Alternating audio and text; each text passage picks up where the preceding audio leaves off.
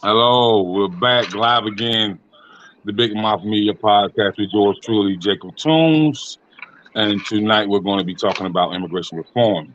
So before we get tuned in, I'll allow my two great special guests to introduce themselves so you can get familiar with them and so you can understand what this is all about. Absolutely. You want me to So, go ladies, if you can first? go ahead and introduce yourselves, please. Okay. Yes, please. So my name is Ada Zane. I'm the owner of Smart Pathways, an immigration, educational, and technological producer of materials for the immigration industry.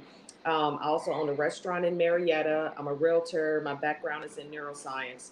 My passion for immigration came several years ago after being asked to help a group of My immigrants that passion for immigration were came. with their immigration application, and what I found sort of set me on a path to discovery, and found an absolute introduction to an industry that sort of set this whole thing on fire, and has led me to my my friend, my ambassador, Miss Yajaira. So we're working together as a team. And Yajaira, I'm gonna let you introduce yourself. Hi, everyone. Like she said, my name is Yahaira. I am a financial well-being coach. First and foremost is my passion to help people get to their dreams. But on a personal level, the most important role I play is as an immigrant and an asset to the society. And I just want to bring other immigrants to this level of just being part of the United States, as we all should be assets to this community. Absolutely. So with that being All said, right. Jacob, go ahead. I'm sorry. So I just want to get into the topic. What does the topic mean, immigration reform? And if you can break that down to a level in layman terms so the audience could understand. So, from the different level of you stepping in to help some immigrants and from the different level of, you know, um, how you pronounce your name, sweetheart? Yahaira. Yahira. This is a hot Okay, topic. so Yes. I didn't want to get it wrong. So okay, so No, so no. This is a hot so topic. from different from from different aspects and from a different mindsets from two individuals that's passionate about the same thing. So we'll start with you first, Ms. Ada, and how would you explain it so somebody will understand why this matters and why the reform should take place? Okay, so let me start by saying this, and I'm not an immigrant. However, my relation to the immigration struggle comes from our Black heritage. Now, I want you to think about immigration reform like this, and reform means to change things, to make better. Now, when most Americans think about immigration, they think, okay, well, they just go and to an office, they fill out a form. That's really to the extent of all most Americans, and even what I knew about immigration reform. This is reform in America. Reform to the extreme end, it means if applications can't get done correctly, if they can't afford it, if they make mistakes, it could mean death. It could mean life on the streets of a country they've never been to. It could mean rape. It could mean tearing families apart. That's what the power of an application means to an immigrant. It means, can I see my mom again? Can I see my brother again? Can I see my dad? For some immigrants, it means they can never go back home. That's the power of immigration reform, and that's on the extreme end. But when I'm talking about reform, I'm talking about a level of justice and a level of fairness, because this country was created from immigrants. It was immigrants in slavery, but immigrants, we're all from somewhere else, unless you're Native Americans. However, we lay a burden, a very heavy and expensive burden on the backs of immigrants when we say, if you want to come to this country, you got to follow the rules, you got to get in line, you got to do your application, you have to pay the costs, but then we give them no system to do it. And then not only do we not give them a system, we lay a burden of, if you make a mistake, in this system that we don't have. We will kick you out of here. Or if you can't afford it and you can't do it on your own, you're on your own. If you can't find an organization that's somewhere that's nobody knows where it is, or the information is different organization to organization, not my problem. Your problem. So if you can't figure it out, then you're on your own, or you're going to get out of here. We're going to ship your dad out of here. We're going to ship your mom out of here. We're going to, separate your kids. Your kids maybe end up being foster care. That's the state of immigration reform. Now, when we currently, when we talk about immigration reform, it's at a federal level. Okay, up until now, Jacob, now this is the most important part. Up until now, immigration reform is at a federal level. So they say, let's say they give the 10, 13 million undocumented people, a pathway to citizenship. Where the hell are they going to go? What if they can't afford it? They can be back undocumented at the end of the day. So this is what we're proposing. And now candidates are starting to listen. Before, at a state level, immigration is really nowhere on their platform because they're thinking immigration is at a federal level. I'm like, it's not. Because at a state level, there's a license to become an immigration consultant. The license already exists at the level of the Secretary of State. The license exists, you fill out a form, you pay for it, and you get a license. And you ask the people at the Secretary of State, well, how do I do it? Because if you look at an immigration application, some are 5 pages to 45 pages. And sometimes the instructions are it's so technical. You don't understand the terminology. The government says it's not my problem. As an American, my background is in neuroscience. I consider myself highly intelligent, but I feel myself absolutely stupid when I look at those immigration instructions. They're extremely hard. So when I ask the people at the Secretary of State, well, if I get a license, the worst case scenario, if I don't do this right, will I, immigrants could get kicked out of here. That's the worst case scenario. Or I could get sued or locked up for screwing it up. And so what their answer to me is? You're on your own. Figure it out. That is an absolutely powerful statement. Now, I have a decision that I had to make. And if you think about what Nelson Mandela said, he said, education is the most powerful weapon which can be used to change the world. So what I decided to do about 6 years ago was write a curriculum, because in my mind, I'm like, this is terrifying. I'm not an immigrant, but you don't have to be to understand how terrifying it is. So I had to place myself in the mindset of being an immigrant through the entire development of this course. And this is probably one of the most important things that I want you to get, Jacob. Anybody that's listening, this is the beginning of the development of the immigration industry. This is a multi-billion-dollar industry that has no structure. Now, if you think about it like this, I'm a realtor, and realtors are intermediaries between the state and real estate attorneys. And we help everyday Americans be able to afford a home. So just imagine every time you bought a home, Jacob, your only option was going to a real estate attorney. And for a lot of Black people, that would have knocked us out the game, because, the house, we want to buy a home that's $200,000. We're paying the attorney $30,000, $45,000 to buy it, or if not more. So, that would have definitely limited the pathway to a lot of average middle-class Americans buying a home. That's the case with immigration. These applications can run $10,000, $15,000, $20,000, $30,000, depending on the attorney's cost, depending on if they have to do it again, depending on, if more documents are needed, or if they have other issues. It can range up to the $45,000, $50,000 or more.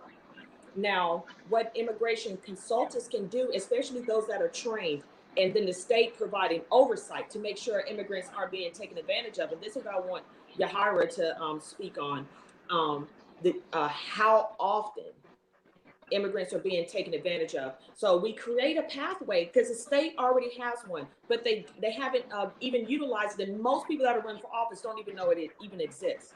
So my point is, make it long story short, there is a pathway for a state and local level. The state offers a license, train the people, mandate it. And that's what I'm writing a bill for at a federal and a state level. There is a pathway for the state to create true immigration reform. And then at a local level, you know, me and Yajaira's been a part of many town halls. She's been at just about every one of my town halls. And we're talking to mayors, we're talking to city councilmen that, hey, we should have immigration resource centers because, and Yajaira, you're going to speak on how hard it is for, you know, immigrants, because you came here undocumented.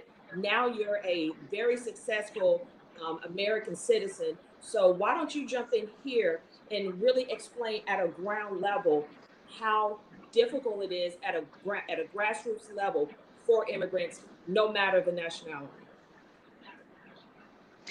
So it all starts off with not enough knowledge. You know, just like Ada Zane, she's a real estate agent. So obviously there's a certain amount of knowledge that she has to learn in order to get licensed. This license and this knowledge, there is a continuing knowledge. Every year she has to do continuing education so she can update her knowledge base on real estate. Same thing as a loan officer, same thing as any other licensed professional. You know, we're talking about people that trade stocks, people that are even teachers how to get certified to teach. So this thing that exists in the education, and we've taken advantage of the way prices are not very, they were my case, for example, the process of becoming documented, it was one of those things like, if I'm going to go to this organization because they say they help immigrants, they help immigrants, and then what happens is that they're asking friends and they're asking coworkers and the coworkers asking somebody else. So my application is actually going to several different hands before I can get an accurate answer to a question that I may have, or so that my application could be correctly filled out. And that does not mean that it's still even correctly filled out. A lot of these people are Googling how to do these applications. And if you have a slightly more dire need, your only option is to go to an attorney that is charging you tens of thousands of dollars. There's no regulation in those prices. So, you know, for everybody that's out here saying, well, immigrants should do it right. Okay, no problem. We all want to do it right.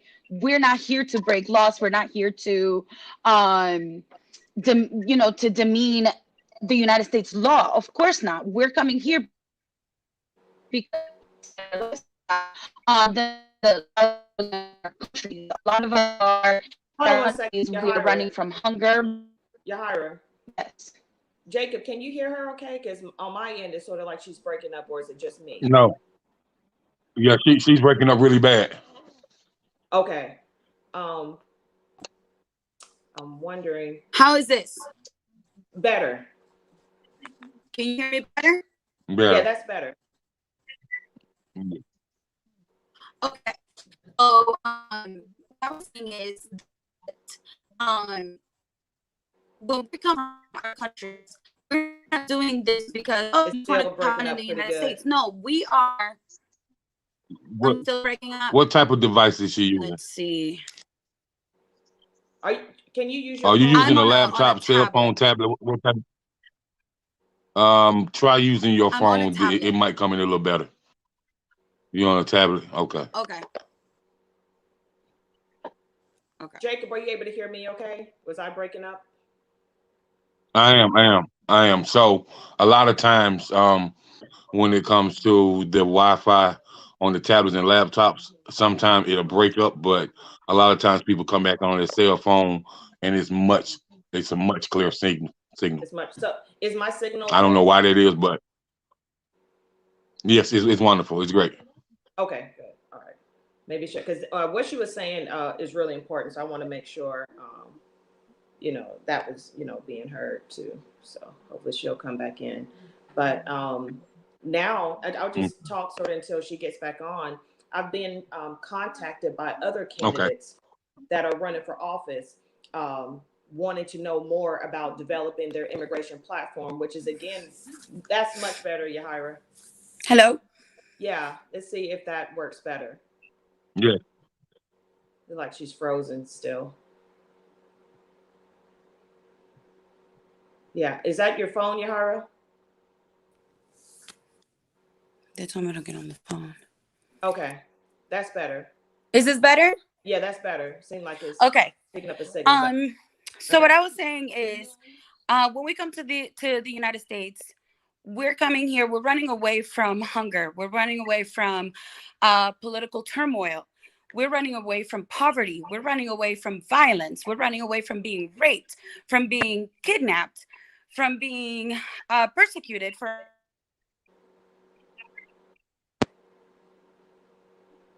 Oh, it's just it freezes. You're still freezing, Pumpkin.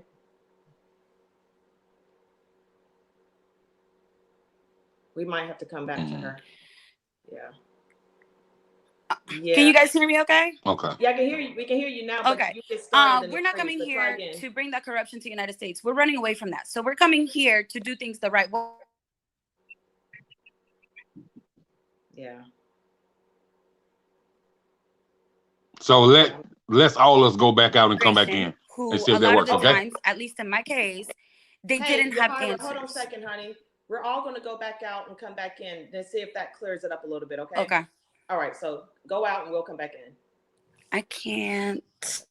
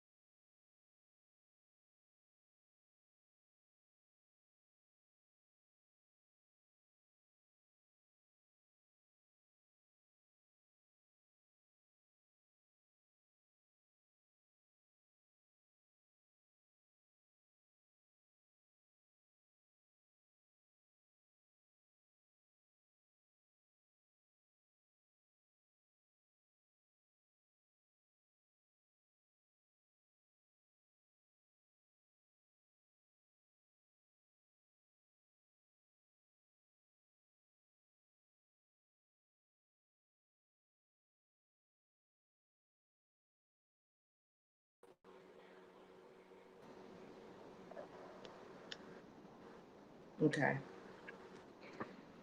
Hello. All right. Can everybody hear me good? Yes. Can you hear me okay? Yes. Okay. I can hear you I guys. can, but Oh my. you can't. So she has her mic on mute. Your Are mic you is on good? mute. Hold on. Let me text her. I'm going to text her that it's on mute.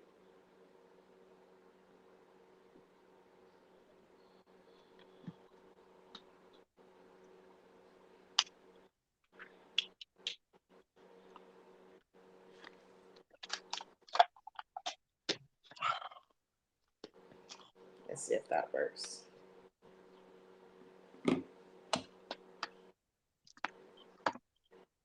Okay. Well, I'll try to fill in. Maybe she can come back in. We can get it straight. I don't want to you know.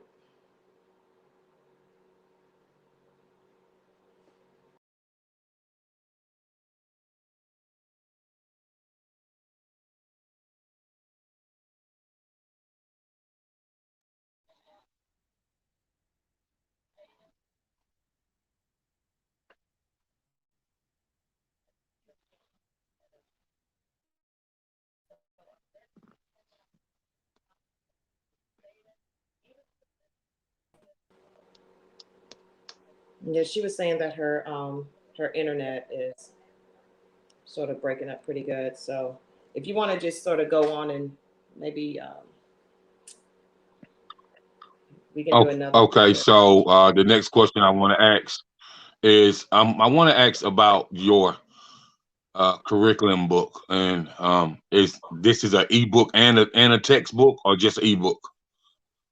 So I have a line of textbooks. It's six altogether. So it was important to write the first textbook is actually how to become an immigration consultant. So out right now, out on the market, there's nothing that exists that train consultants, even anything about the career. So what I found was important is that, we teach the history of immigration, the psychology of immigration, the U.S. economics, statistics. There's so much to learn about sort of the value that immigrants bring to the country and what the biggest myths that are out there, like immigrants are taking our jobs. They're committing crimes. They're, like Trump said, they're raping our women and they're killing, so all those, the myths that are out there are hard to refute when there's no educational foundation to educate anyone.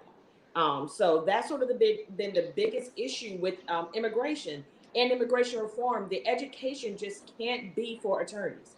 It has to be for, professionals that work on the ground. I think it even should have some immigration history and some information about education about immigration in middle school, high school, and even college. And let me tell you something that's really interesting.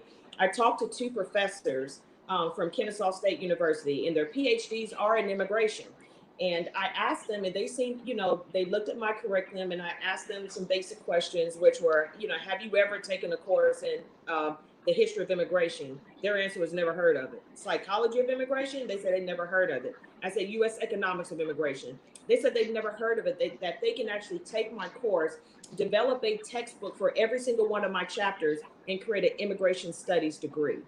That's how wide open the immigration industry is. There is no education at any level that can actually help. I mean, there may be books out there that are just, about maybe certain stories, but I'm talking about centralized education so that everyone that's here, I mean, this country is built on immigration, but we don't teach it. We teach, of course, we teach Black history, we know white history altogether, but the history of immigration and how it's helped build and benefited the country.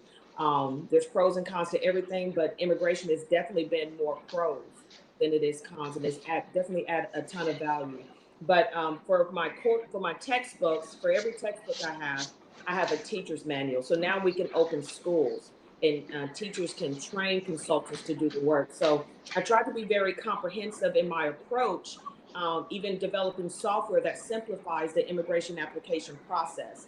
Similar to what you'll see like a TurboTax, where it'll be the immigration consultant firms will look something similar to an H&R Block, where you can just sort of walk in and get affordable help. So my books will be, I haven't released it yet.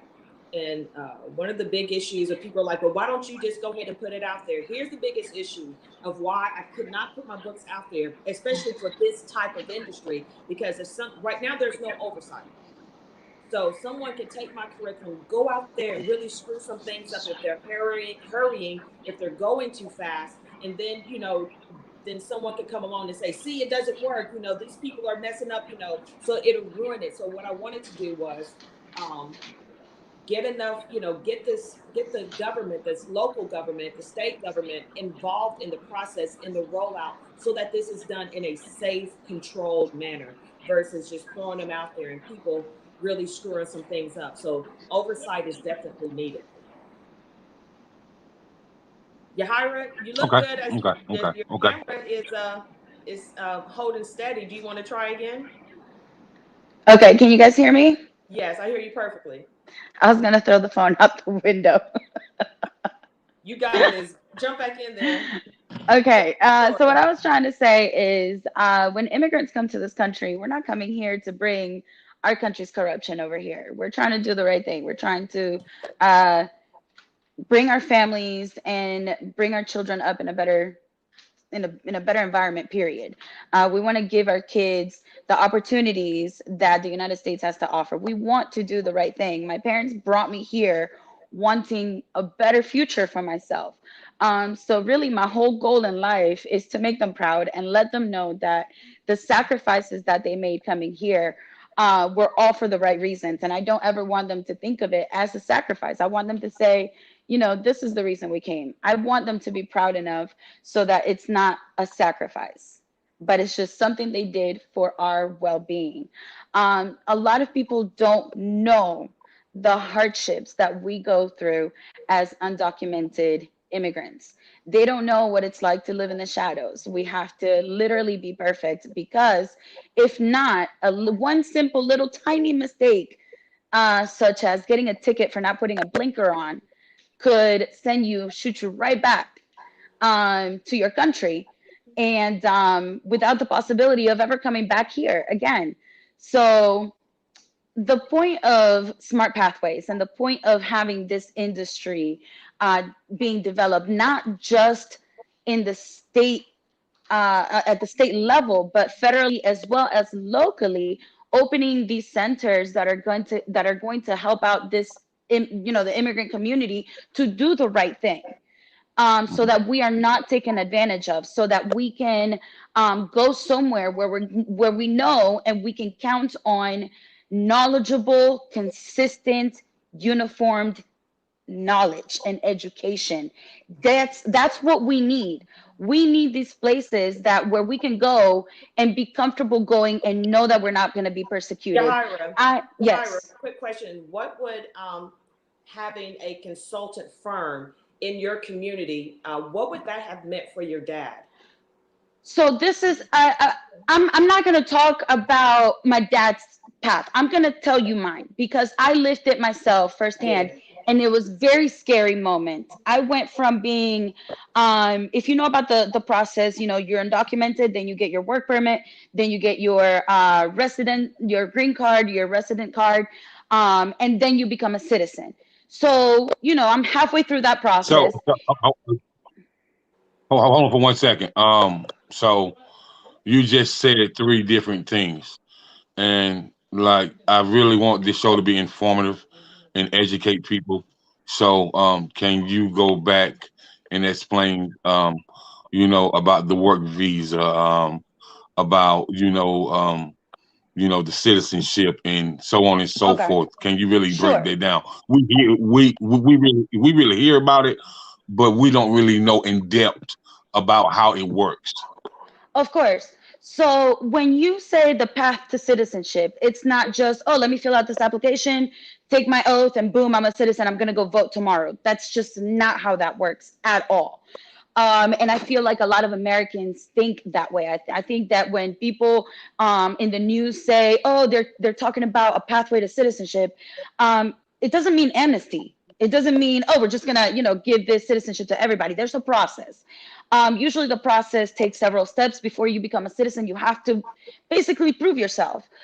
So the first thing they give you is a work permit and a work social security number. This social security number can only be used for you to be able to work. You're not supposed to be, you're not supposed to use this social security number to go get a passport and leave and come back. You're not allowed to leave the country, period, when you're in that little gray area. You're here legally, but not entirely. So you get this work permit. This work permit does not allow you to buy a house. It doesn't allow you to apply for government assistance, any kind of government assistance. It's just to allow you to start a normal life in the United States. Along with that work social security number, you also get a little ID that says work authorization card. This work authorization card is the card that you have to present when you go get employment, any kind of employment, especially now when they do the E-Verify. This is the only way with this card when you're an illegal immigrant, or an undocumented immigrant, this is the only thing that's going to save you from being shipped back to your country over a minor infraction. After that, you fill out, some time goes by. It depends on what kind of program you are going through as far as immigration goes, because there are different programs on how you can get to citizenship, depending on what country you came from, depending on if you are bringing money, if you're investing, if you're an investor, if you're a business owner, if you have a company that's sponsoring you, if you are engaged, if you're married. It depends on what part of, which program you qualify for. But usually it all starts the same. You get a work permit and you get a work social security number. After a certain amount of time goes by, then you go to an interview. Again, depending on the program, you go to an interview in immigration. They ask you all sorts of questions. And then, if they say yes or no, then you get your residency. If they say yes, if you're approved, you get your residency, you get your green card. Again, depending on the type of program, you can get a permanent residency card, or you can get a permanent residency with conditions, which means that we're going to have to revisit this case in X amount of time. And that was my case. After X amount of time passes that you have this residency, you go in again for another interview. They ask you all sorts of questions. You have to fill out a form. It's all about the forms. Those forms, in order to submit them, they cost money. So not only do we have to pay the attorneys, but we also have to pay for the forms. Completely fine. Okay, no problem. You complete this form to remove the conditions, and then you become a permanent resident. Then you have to wait, again, another X amount of years, depending on the program, to then apply for citizenship. And that's where my hardship came in. The program that the way that I became a citizen, I got married. My husband was in the military, and we went to the interview. It was approved, and the immigration agent, not a consultant, not an attorney, not anyone. It was the immigration agent, the person that interviewed me to make sure that I was going to be a resident. That person, the one that had my whole future in his hands, with that pen, he had my whole future on the tip of his pen, literally. He tells me, your husband's in the military. I'm going to go ahead and give you the permanent residency without conditions. However, in 3 years, I need you to fill out this form, and I need you to sign here saying that you'll fill out this form. No problem. Sign my name. He said approved. Perfect. A couple months later, I get my green card, the permanent residency card. Happy as a clam. Okay, I can do everything normal people can do. This is great. 3 years pass by, and at this point, I'm supposed to take away the conditions. I'm supposed to fill that form out that he told me to fill out. I'm a normal person. I don't know what form he's talking about. I don't know how to remove conditions. So what do? What are my resources? At that time, it was over 10 years ago, but it continues to happen today, because I've spoken to a couple people who have had very, very similar situations happen. And, I call the only resource I know I have, which is immigration. I go straight to the, straight to the lion's den. And that's going to come up later too. So I call immigration. I'm like, hey, listen, when I did my interview, they told me I had to fill out a form to remove conditions. What form is that so I can send it in? Okay, let me take a look. I hear clickety clackety on a keyboard. I don't know what you're talking about. You don't have conditions on your residency. You don't have to fill out a form. You're good to go. No. The agent on my interview told me I have to fill out a form. I just don't know what form it is. And I signed a little paper. Can't you look that up on my file? I'm sorry, ma'am. I don't have your file on hand. All I have is your case, but I don't have any notes on the case. So I really don't know what you're talking about, because there is no conditions to remove. Your residency card is for 10 years. That's the normal residency card for everybody. I called every Tuesday and every Friday for 6 months straight, trying to find a person in immigration, USCIS.gov, the phone number on that website, on the government website, and not a single person could give me an answer. Everybody told me the same thing. You don't have to worry about conditions. You're good to go. You just apply for your residency again in 10 years and you'll be fine. Okay, no problem. Eventually, I was like, okay, 6 months of trying. Everybody tells me the same thing. I'm good to go. I'm good to go. Maybe he just forgot to input the fact that I needed to turn in this form. Not a problem. We're going to fast forward to another 3 years. And at this point, I've been a resident for 5 years, which is, in my case, what I needed to do in order to become a citizen. So again, oh man, I'm so pumped. I'm about to be a citizen. I get to go vote. I'm going to do jury duty. This is great. So I fill out my forms. I go to the Latin association that helps immigrants fill out these forms. And my forms went through 5 different people's hands for the forms to be filled out correctly. Eventually, they were filled out correctly. Hundreds of dollars later, because we had to try twice to submit them. So I had to pay twice to submit the same form.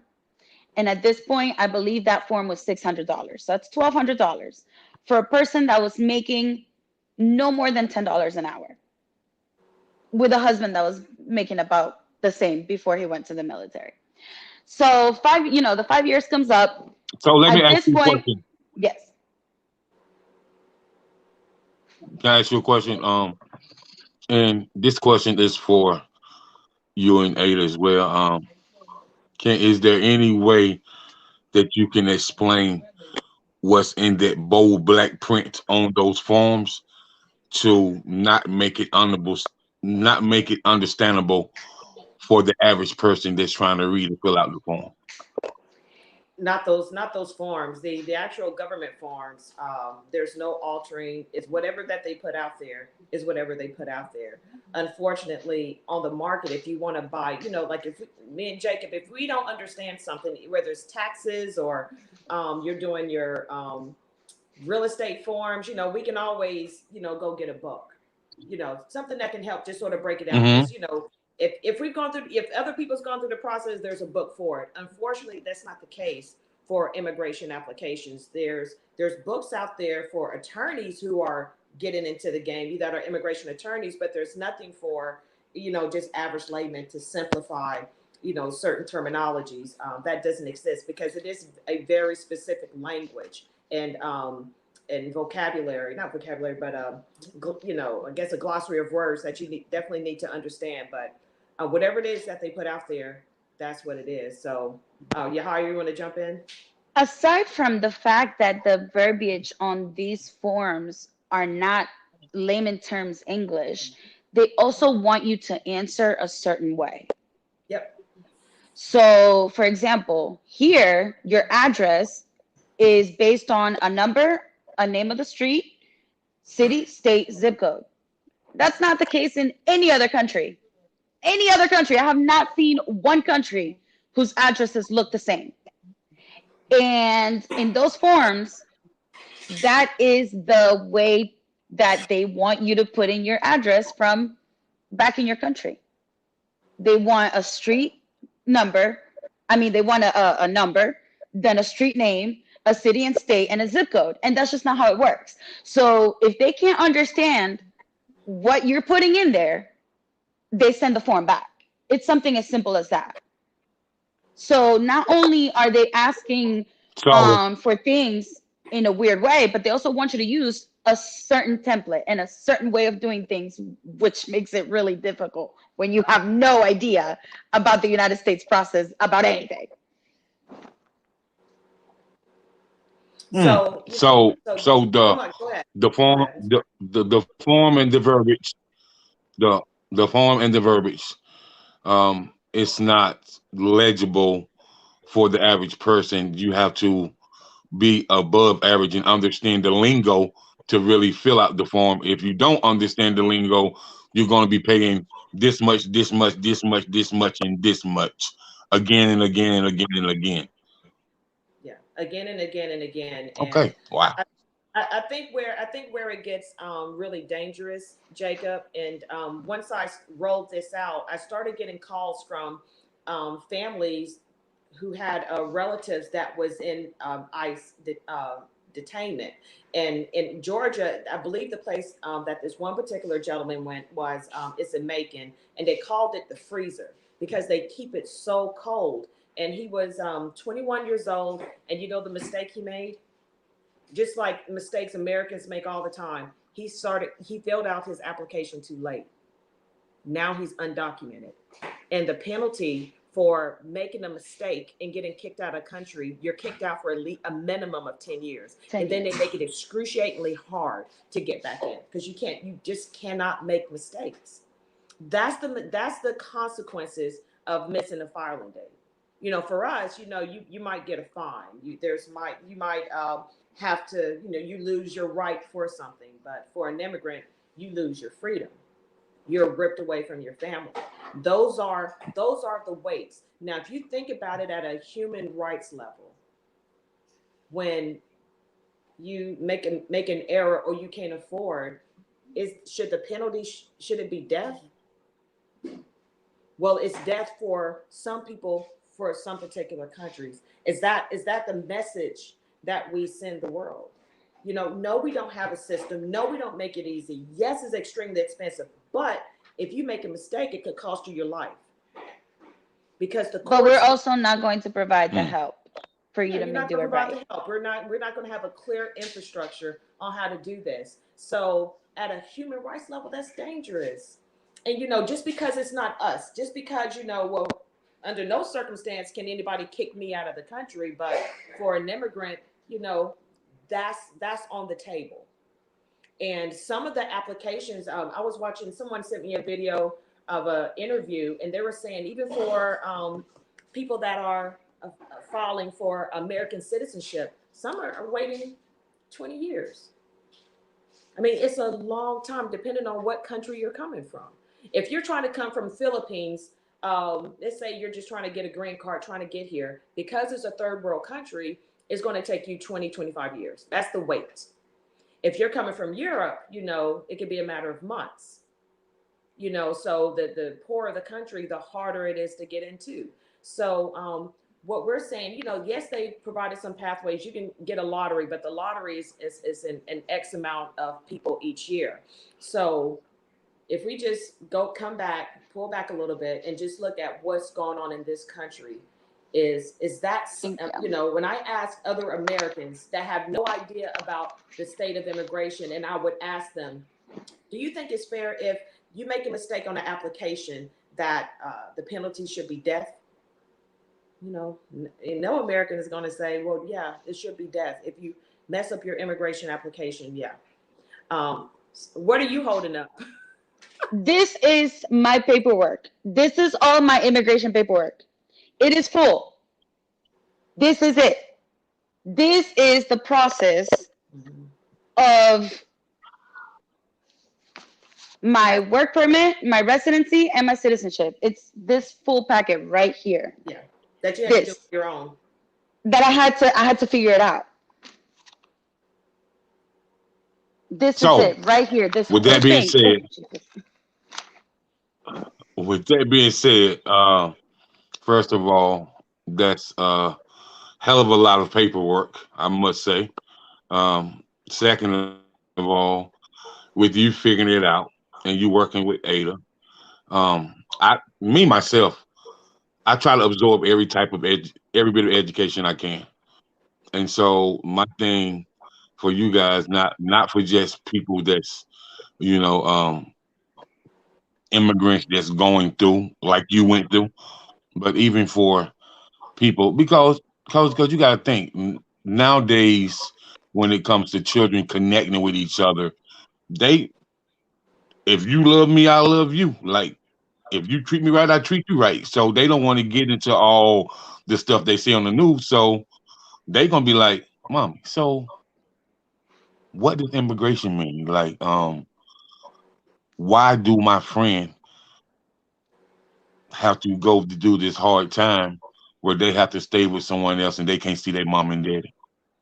Like, so what type of Zoom workshops can we look forward to really educate people? You know, because people really need to be educated, and without no education, it's never going to be understandable.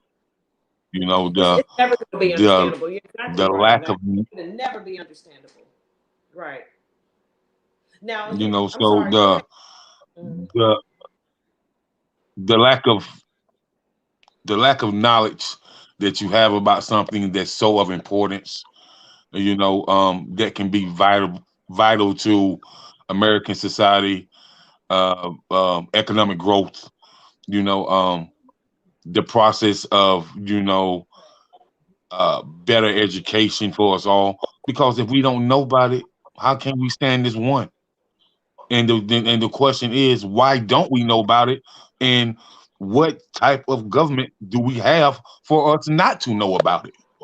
You That's want to me jump right in? there. Can I go? Can I go, please? Yeah. Okay. Let me tell you something. I need this information is out there. People are lazy and they don't want to look it up because the information's out there. The most important thing you need to do is know that community. People don't know, one, they don't know the hardships. And two, instead of looking up the information, they want to log into Fox News and hear what the government has to say. But let me tell you what they don't say. They don't tell you how the immigrant community and the undocumented community specifically has has helped out the United States tremendously through the years.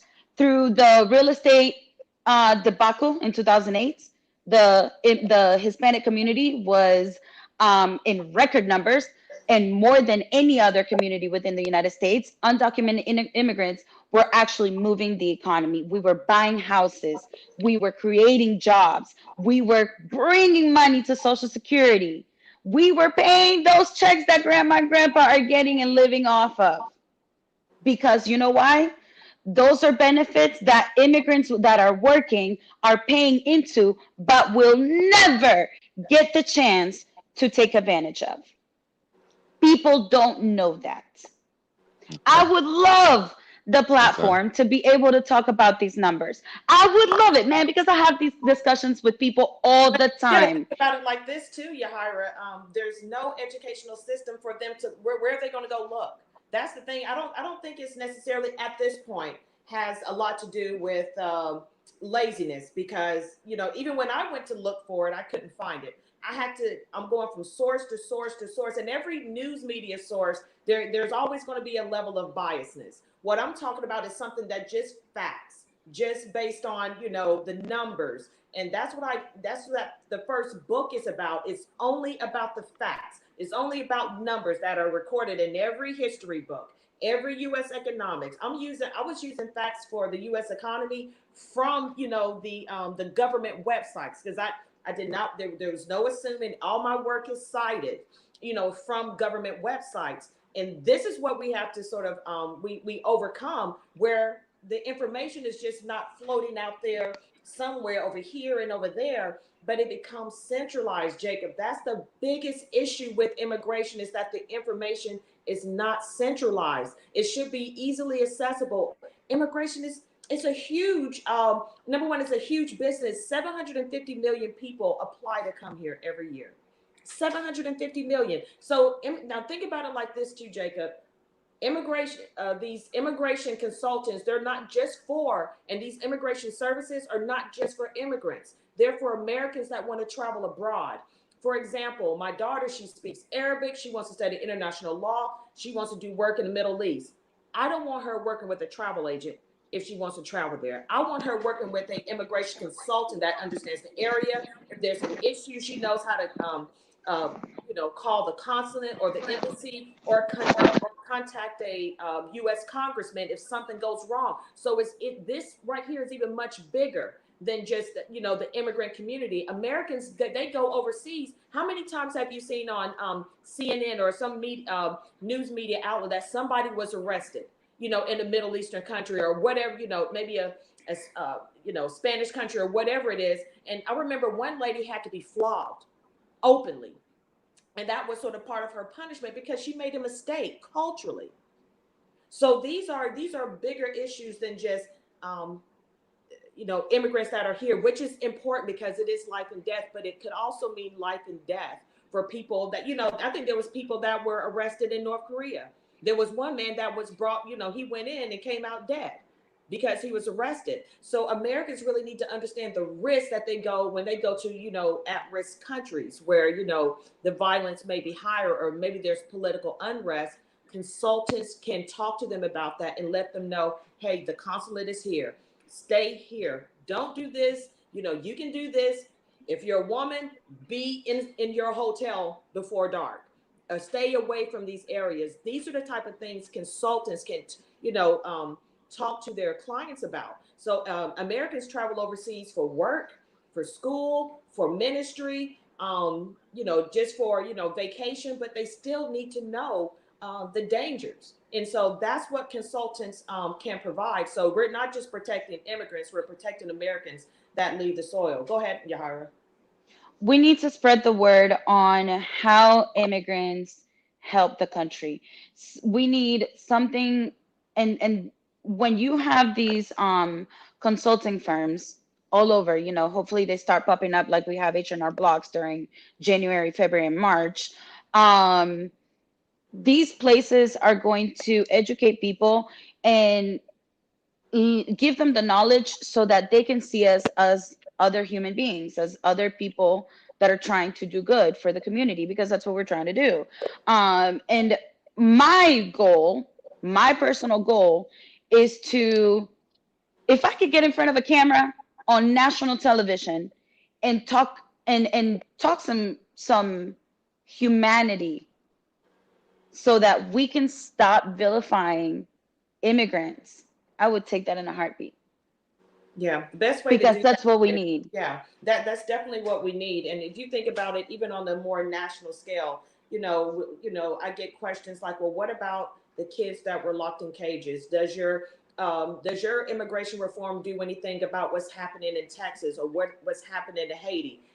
Or even what's happening in Afghanistan with refugees coming here? Yes, they can, because now we have more boots on the ground, people that are trained to handle this. Consultants can actually, if they're on the the front line with the refugees or even with the people in Haiti, they can say, you know what, we can help with some asylum forms. We can help them get in, but we can also connect them with not homeless centers, but maybe shelters. They can connect them with shelters, so that, they're not lumped up under a bridge or they're not running for their life, So will it be able to solve every problem? No, because yes, laws need to apply. It does not, we just can't have fully open borders. We have to protect. There has to be rules. I get that part. But for those that are running from countries that if they go back, they may be killed, is there a process? Once we start organizing and creating the infrastructure for immigration, it will allow it helps sort of ease the stress of what's going on at the border. There's, then once there's order, we can create more common sense laws. Like, okay, if they come, put an ankle bracelet on them, put them in a program, maybe where they work for local small businesses, like my restaurant, because it was hard for me just to find people to work. So, but I would love to have hired maybe someone that's in an immigrant program. A lot of small businesses need that help. There's shelters out there that could accommodate. There's churches that out there that would help. There are organizations that receive government money that can help. So what it does is help centralize but it streamlines. So now all these organizations that are scattered and that have different information, now they all have the same information. And then there's a system to help people as they come in. And then the laws make sense. And then people can vote to say, you know what, that's unfair that they have to wait 20 years. It's unfair that you're sending them back. So Americans, along with immigrants, can start standing up and say, look, that's too hard. How many times have you gone to the voting booth and voted on anything immigration, Jacob? I haven't. I've voted on schools and Right. bridges. You're right. Absolutely. Yeah. Let me ask you Right. this. How many state laws have you ever heard about immigration so that the child that was raped by the neighbor doesn't, they can't even report because now the neighbor has jumped over to, maybe your kid or my kid.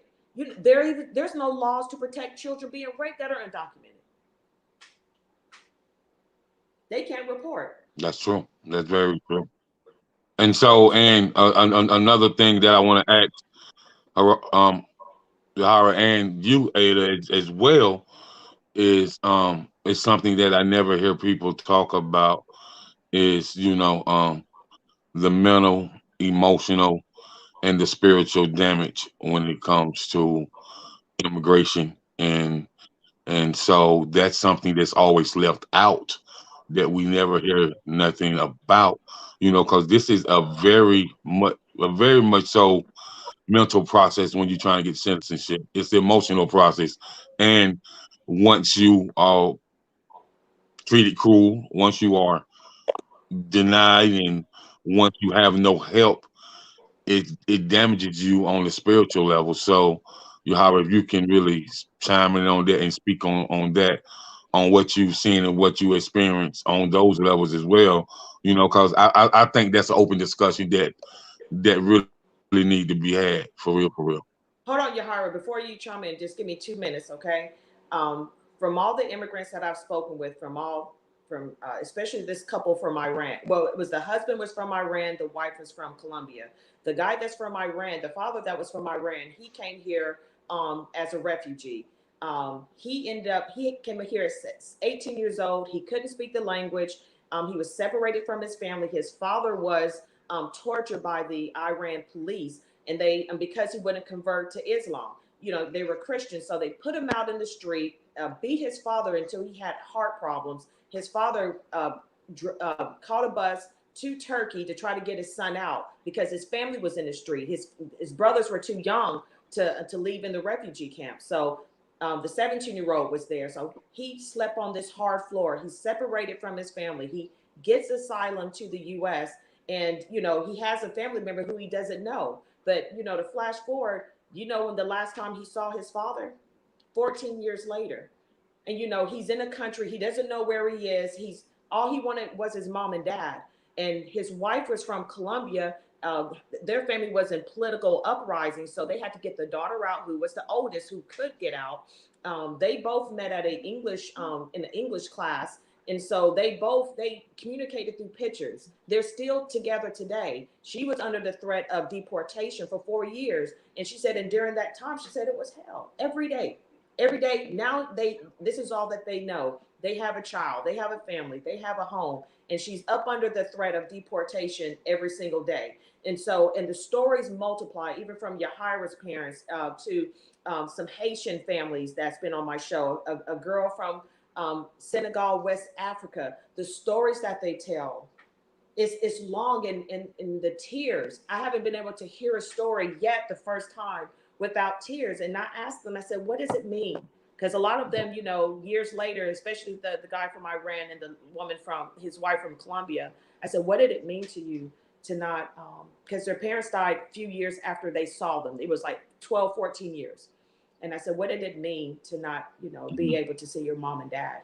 And they definitely couldn't. They said one of the biggest regrets of their life. They said, I can't get that back. I just wanted my mom.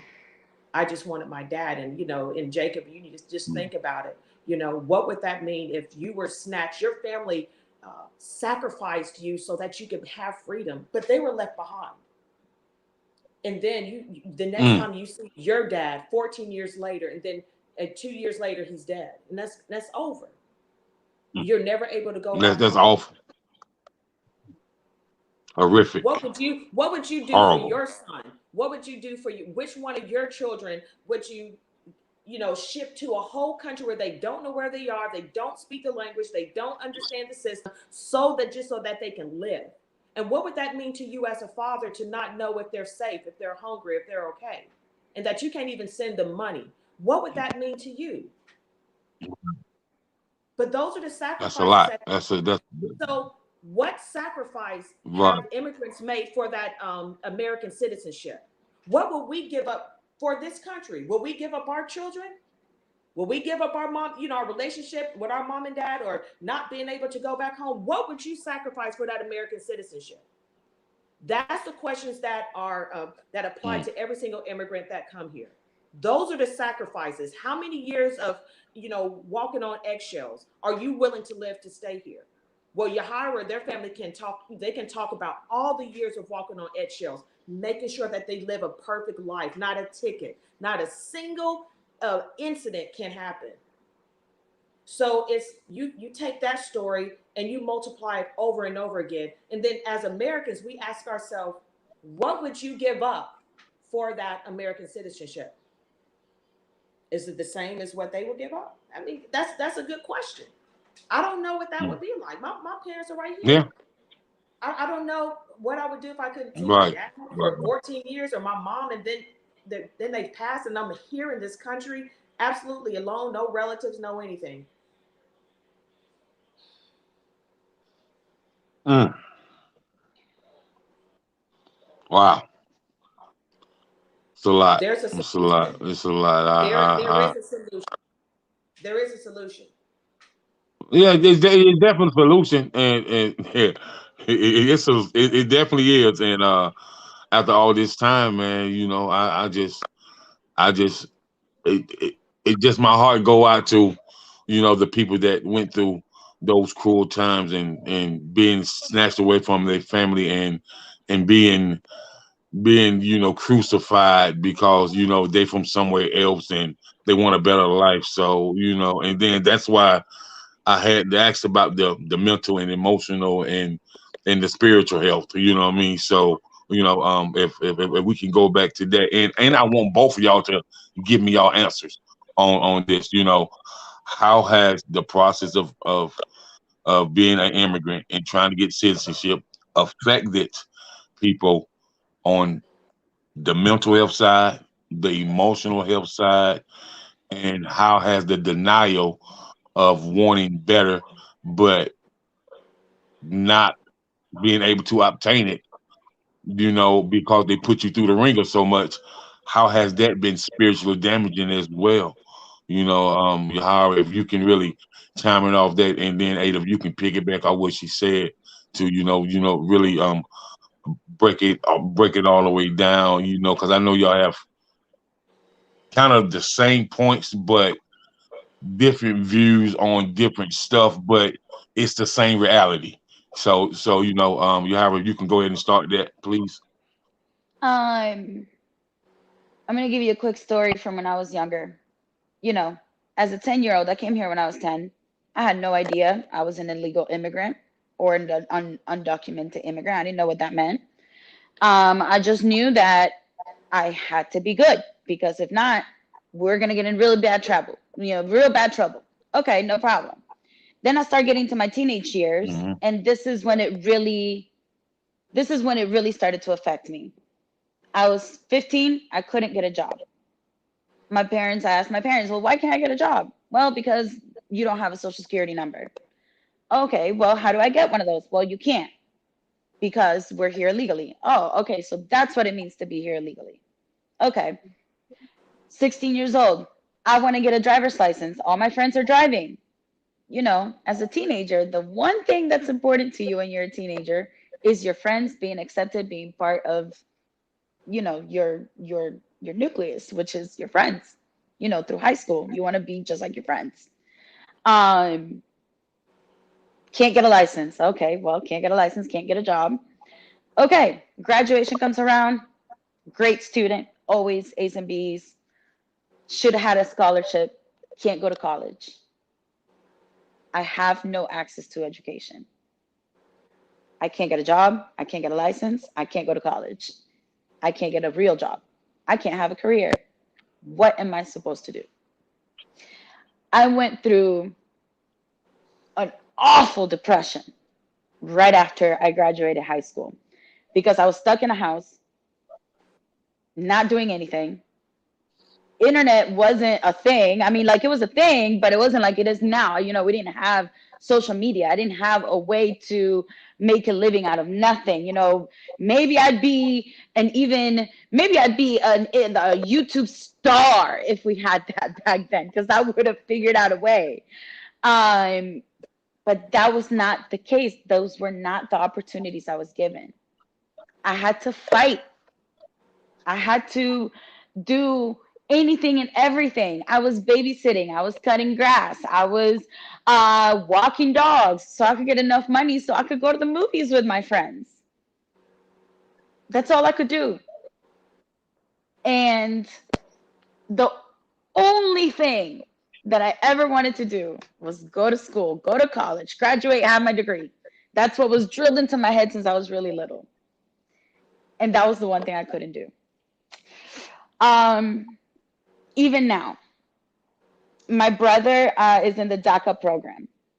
When Trump was in office saying, we got to do away with the DACA program, that's unconstitutional. Obama shouldn't have done that because now we are protecting rapists and gangsters and drug dealers and criminals under this program. My brother's in this program. My brother's a good student. He was a basketball star in high school.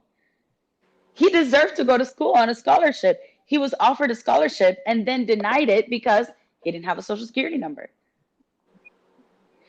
When he started talking about these things, I immediately called my mom. And I was like, if they do away with DACA, the next thing they're going to do is come knock at your door to take him away. Send him to my house. I'll hide him. I don't know if anybody realizes, but those are words that came out of people during the Holocaust. Come to my house, I'll hide you. That trauma stays. That trauma is you carry that trauma.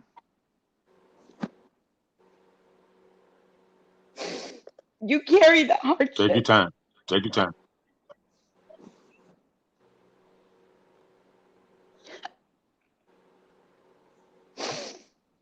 I never thought I would have to fear for my brother. I'm the eldest. So to me, you know, my parents always told me not to love anyone more than I love myself. And after me, well, you know, God, then me, and then my brother and my sister, because they were the only people in the world that had the same blood I had. Not even mom and dad had my blood. I had 50% mom, 50% dad. My brother and my sister had 50% mom, 50% dad. So my only purpose in life has always been to protect my brother and my sister. And I never thought I was going to have to fight or be scared for my brother's safety. Because he came here. God, I was 10, so he must have been like 6. And at 6 years old, you leave a country, you never go back. And you know more about the United States. You identify more as an American than you do that country. And now that country is complete. We're from Venezuela. And 30 years ago, 20 years ago, 25 years ago, to today, Venezuela's not the same Venezuela. Back then, you could still kind of sort of make a living. But now, you get killed in the street for going to buy milk. You can get kidnapped if they know that you have family in the United States. And I was so afraid for my brother, and this just happened 2 years ago. I never thought I was going to have to go through that. When I was 14 years old, I was walking at school, and I had stayed after for a class, and I was walking late to another class, and a guy approached me, asked me for the time. And I was like, what? Because I didn't hear him. And when he approached me, trying to corner me, he was exposing himself. And I ran. That's all I could do was run. I ran. And I sat down in my class. I gave my late pass to my teacher. And I was shaking and I was pale. And my friend's like, what's wrong with you? And I was like, dude, this just happened. And she was like, you have to tell the teacher, you have to tell the principal, you have to call the cops. And I was like, no. Because even though I was the victim, calling the cops I couldn't. Calling the cops meant the cops are going to talk to my parents, right, and they're going to know that we're here illegally, and they're going to send us back. So this was not an option. Right. I could not. There was no way I was going to talk to a police officer. And let me tell you something. I go out there and I protest. When George Floyd was killed, I was out in Atlanta and I saw the riots and I had my little sign and I had my little bandana so that the tear gas wouldn't get to me. I was out there protesting because I know it's wrong. Um, Breonna Taylor, I was out there protesting. Ahmaud Arbery, out there protesting because I know it's wrong. I know what it's like to be afraid of the police. I know what it's like to not have faith in the people that are here to serve and protect. That trauma that the Black community shares, we share that too. We are afraid for our lives in a different way. We're afraid that these police officers are going to take us into these detention centers. Did you know that there have been so many reported cases of these children being sexually abused while they are in custody? That's what that means, talking to a police officer, is losing my freedom, my family, my future. That trauma, it's a different trauma, but what it does in your brain and the chemical reaction your body has when you think about these things is the same. And that hurts because we're here because we want to do better. We want to be better. We want to have better children, give them the future they deserve. And the very people that are here to serve and protect the community, they're not on my side. They're going to take me and they're going to split my family. They're going to send me back. They're going to send me to ICE. ICE is going to send me back.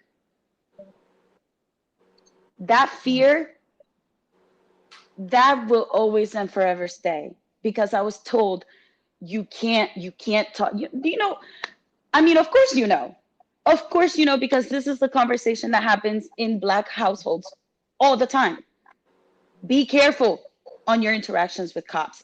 Avoid the cops. That's the same conversation we were having. Be careful in what you do. You don't want to have any interaction with the cops. You don't want them asking questions. You have to walk a perfect line. Well, let me chime in right there. And that's a good part where I've been reaching out to Black communities. And, for Black people, when our rights are being taken, the first thing we do, we're going to burn the city down. We're going to protest. We're going to get out there. So what I want to know from the Black community, especially Black leaders, civil rights leaders, is there any extra room for another group of people that are equally afraid and that have so much to lose? Yes. Yes. Yes, it is. Yes. Yes. Yes, it is. Me myself, how I was raised, that we all equal, that we all under God's law, and that's the only law. And so, with that being said, human rights are equal rights, and I'm I'm a person just like you a person, and so it's never, definitely never about where you're from, the color of your skin. It's about how can we grow together as one and change the narrative. See, changing the narrative don't start with one person. Changing the narrative start with everybody. So if everybody can't grow as one, then the narrative will never be changed. And so what you guys are doing and what you stand for and the purpose, the power and the passion, the real PPP, purpose, power, and passion. When we ain't talking about the loan, we talking about the real PPP. You know what I mean? That purpose, power, and passion, that changes the narrative. And who else is going to change the narrative is how you connect and how you register with the youth. Because the youth is the voices. They're the future of tomorrow. So if you can embed this in their membrane and educate them and help them to have this understandable knowledge, then they gonna stand tall and conquer all. So the older people may not understand or they may not want to understand. But if you can involve the youth and get these youth leaders, 15, 16, 17, 18, get these youth behind a podium and ask them what they think, because the youth mental health and emotional health and their spiritual enlightenment is more affected than we realize. So the youth is your standing ground. And so that's what I have to say about the education on immigration and how you're going to build this reform and keep building it is going to be standing with the youth, so the youth can stand on top of these laws and conquer them and change the narrative. This new bill that you're putting out, you got to have the youth to stand with you on this bill. Yeah, I also need the black community. I think there's so much that can be done by linking arms with the black community and black civil rights leaders, because we should know. Now, Hmm. if you ask yourself, Jacob, well, and I've asked myself this in the back of my head, I'm like, why haven't they stood up, for their rights? Why aren't they fighting out in the streets like we are? And so I asked the question. I actually asked a guy that was from Haiti, and it was very sweet, very intelligent, meek, young man, had a family here, and he said, "Oh no, we're taught in our country that type of stuff will get you killed. You don't do that." He said, "That's how we're trained." Venezuela, those communist countries, they said, "No, you don't do that." Their concern is, I have to work. I have to send money back for my mom. I cannot rock the boat, because if I don't send her that money, she can't eat. So it's going to take, but what's affecting their community is going to overlap into ours. This is not a isolated incident, an isolated Hmm. community. This poison spreads out, and it just shows that the government has this wicked control that's merciless, and that has no compassion, not even for children. Hmm. So if we want to make change, Right, then we have to right. link up, because it'll give us more power by strengthening and building up another community. Now they're voting, because now they feel like, okay, they're standing with us. Yes, we do deserve better. Yes, we want rules. We're not saying doing away with the rules, but this doesn't have to be so hard, so cruel, so icy. It doesn't have to be that either. Mhm. So I'm going around talking to people every single day. I mean, today I talked to two or three politicians, actually two politicians, about their immigration platform. So I'm meeting with me and Yajaira. We're going to meet with him next week, and so as many people that I can talk to. I'm talking to the SCLC. I'm talking to NAACP. Hey, is there any room for this platform too? There's so much that you don't know. And so, thank you, Jacob, for even giving us this opportunity. Every day, every single day, Yajaira, she's going out to these political events and she's talking. Do they always listen, Yajaira? Doesn't matter. It just takes one. And then it don't even take them. It takes us. And so, but once you reach enough Americans that have heart, like, hey, I didn't know that. And a lot of people that watch my Hmm. immigrant stories town hall, a good bit of them are Americans. I'm like, oh, I didn't know that, or that's cruel. So, but this is how it starts. This is the beginning of an entire industry, an entire movement that's going to change everything. Jacob, just watch. And we almost out of time, so I'm gonna just tell you, we definitely gonna have to do a part two, because it's a lot more information that we have to get out of here about changing the narrative. So, you know, I just commend both of you guys, man. You're doing something that's so wonderful, and you're doing something that people have been afraid to do. Yeah, I'm gonna say it. People have been afraid to do it. People didn't know how the local law enforcement will act, how the government will act, and they didn't even know how to reach out to their mayor or their city councilman, or they didn't even know how to reach out to, you know, the superintendent of the district that they live in. Because one thing about it, if your children go to this school, you have a voice. You deserve to be heard as a parent. You deserve to be heard as a community member. So Absolutely. this is great what you guys are doing, and all I got to say is you got to push this thing till the wheels fall off. Oh You yeah. know what I mean? And then when them wheels fall off, you go get some more and you keep pushing. Yeah, you gonna go get me a couple of wheels, Jacob? I'm gonna borrow your wheels. Oh yeah, oh yeah, oh yeah, oh yeah, oh Got yeah. you. Gotta push until the wheels fall off, baby girl. Like this is nonstop. As Okay. somebody told me, the grind will never go unnoticed. So as long as you keep pushing, oh, it's gonna get noticed. It may not appear to get noticed at that particular time, but it like look now. It's getting noticed. It's picking up. Week by week, day by day, month by month. You're building a new rapport with a new connection from a new state, from a new place. You know what I mean? So that already says that people are watching, they're taking notice. Like they are different. We have nobody to stand up like this. These two women are different. You know what I mean? So that's what you want when people see you different and you got a purpose that's going to inspire, create, and evolve. Whew, whew, yeah. Go ahead, baby girl. Um, this is something that I said on one of the town halls, and it resonated with so many people that I feel like I'm gonna make a way to make it Hmm. this the slogan. My voice is loud. I talk loud. But as an illegal immigrant, I felt like I had no voice. So it is my job, it is my duty as an immigrant and a former illegal immigrant, a former Hmm. undocumented immigrant, to give this community a voice.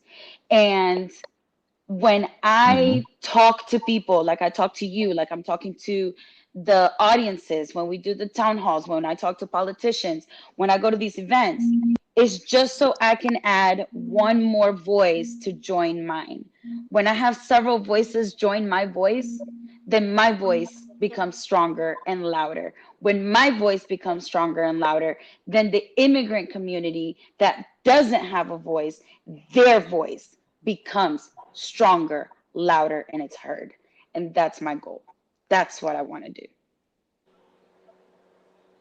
I second that. I got you. I got you. So, so like I said, I I appreciate love this little you girl guys down here. coming. We're gonna wrap it up. We're about out of time. So, is there any last minute shout outs that you guys want to give out? I want to give a shout out to, Yahaira. I mean, she's going to be the next voice. She is the sounding board. This girl is fearless. She's not afraid to show her emotion and her passion about it. There's only so far, Yahaira. There's only so much that I can do, and then you just take it. You really do take it all the way home. I had to change my name on social media because of the hate mail that I got. That I get about my work with immigration. It's the same thing with Yahira, what she's experienced her whole life. Jacob, that's what we have experienced. As Black Americans.